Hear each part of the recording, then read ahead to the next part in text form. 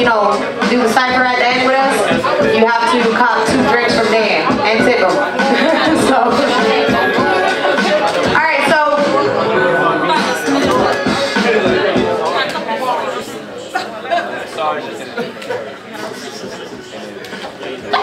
Dan the man, repping them Cleveland Browns. Repping them Cleveland Browns on Sunday. I know, right? They suck. See y'all. Patriots all the way. See y'all. All right, so Mike. Yes, yes. Why did you decide to name the book Voiceless? I know you get this question a lot, but you know, there's some people here who don't know exactly about your book. Well, being an underground starving artist, sometimes you can feel like you have laryngitis, like you just can't get your voice out there. You know, sometimes us artists, we don't necessarily want, you know, money or other, you know, fame. Sometimes some of us just want to be heard. Right. And at the end of the day, that's the most important thing. As an artist, if you have a voice, then you want it to be heard. So being that a lot of us in the underground, we experience some difficulties knocking our head against this glass dome trying to break through to the mainstream, I wanted to write a story that represented the story of us. Right. Voiceless is the title of that. Okay. All right. How did you become part of the Have-Nots? Like, how did that go about? Right, the Have-Nots. That's a beautiful story. It's one of the themes in the book. Basically, the Have-Nots, as y'all see in the banner, it's spelled D-A-H-A-V-K-N-O-T-Z, and it's a derivative off of the phrase the haves and the have-nots. Have-nots represent the underclass, the underprivileged, the people that's lower class, you know, the 9-to-5ers, the people that's street cats, people who don't have it all. We don't have all the glory and the fame and the bling and the jewelry and some of the prestige that come with the celebrity lifestyle in hip-hop. But whether you rap, you know, as far as that mainstream celebrity style, or whether you rap underground, the point is that the underground needs to be heard and respected too. And so those of us who represent that part of our culture, we needed a voice. So that's why I formed my group, the Have-Nots, in 1999, y'all. You know what I mean? 15 years strong, the Have-Nots, volume 10, volume 11 coming out soon. I know that's right. Okay, and what motivated you to hip-hop?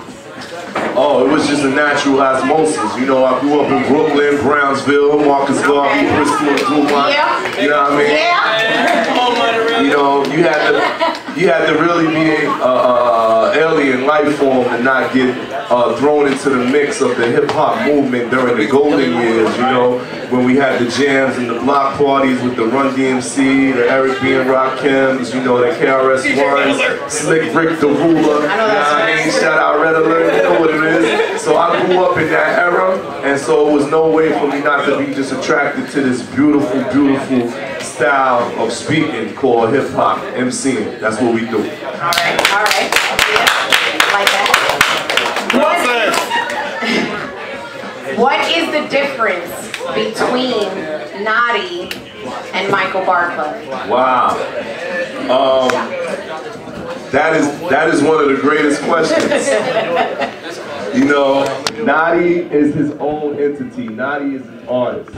You know, all he cares about is doing good art, putting it out there, sharing it with the world, sharing it with other artists. So we got to keep that dude in check.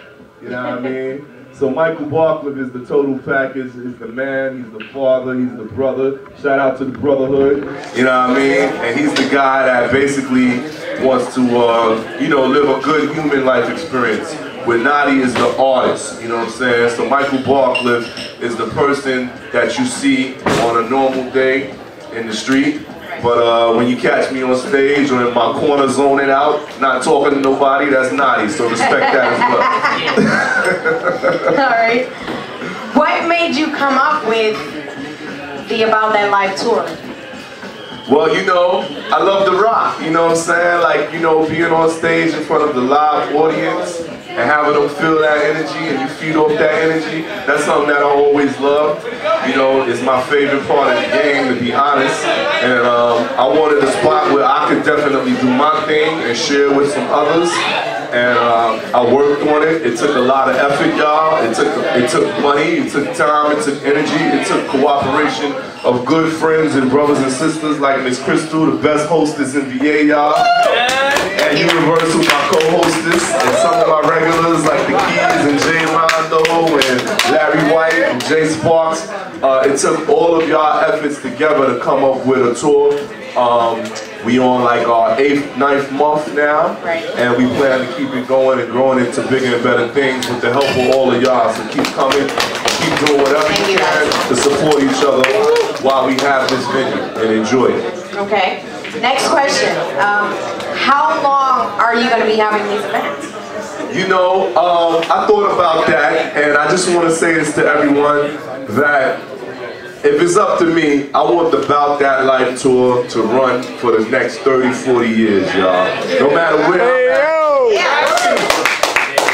I want this to become one of them staple spots in hip-hop where everybody knows, yo, if you want to rock in VA, you need to be on the Bout That Life tour, or else you in the minor leagues. I want this show to be that staple, y'all. We can do it. I know that's right. We can do it, man. We just get Londo a new shirt, and he's gonna be our star. He's gonna be the headline. Terrible. He ain't even here. Okay, now, where do you see yourself in 5 years? In 5 years, I see myself alive and breathing. God bless. You know, I might have a grandchild or two, you know, by that time. You know, I got teenage boys, they doing their things.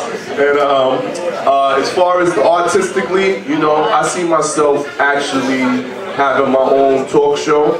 You know, maybe a television talk show, and maybe a radio blog.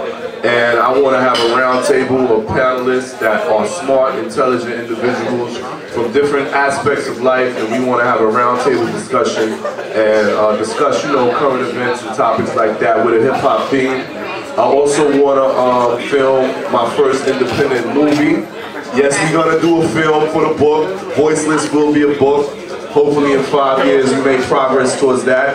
And I want to have my own band, y'all. If y'all know any good, talented musicians, bass, keyboard, strings, piano, drummer, percussion, I want to have my own band, and I want my band and I to go and tour locally and nationally and do that. So in the next 5 years, God willing, I'm going to have some of these goals accomplished. And hopefully I have all of you people still in my life as friends and family forever in 5 years from now to this day.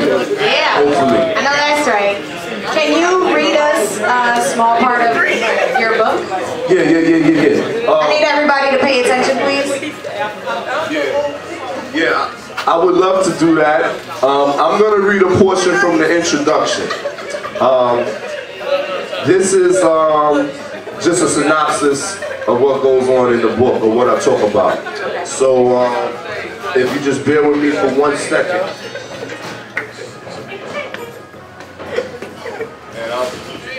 And I'm gonna slide up in the light so I can see what I wrote.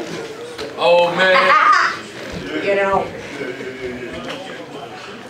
And this is on in the introduction on page 9, and this is what I have to say. The hip-hop group that I later founded chose the name the Have-Nots, and we deliberately do not sound like everyone else or rap about the same subject matter. After years of being exposed to all the inside hypocrisy of the wannabe rich and glamorous type culture, I grew exhausted from listening to this legacy of lies. For a while it seemed that every artist wanted to talk about was big money, as if it was part of their natural vocabulary, after Biggie and Puffy talked all about the Benjamins. For many of us, a lavish lifestyle was not part of our reality, even though the music said otherwise. As such, I decided to take measures when I artistically reinvented myself as the leader of the Have-Nots, champion of justice and equality for the poor. I knew that my impact on the world would be minimal at best, However, as less fortunate people are often neglected and overlooked in so many ways, I refuse to let the have-nots be neglected and ignored when it came to hip-hop as well. I sincerely believe that I had the power to possibly do something to change hip-hop perception, because after all, hip-hop started as the voice of the poor ghetto youth. So that's a snippet from the intro. Everybody here for Knotty? All right. Give it up for Miss Cristol, y'all. Shout out to the artist that came on earlier with my man named Alexander Payne. and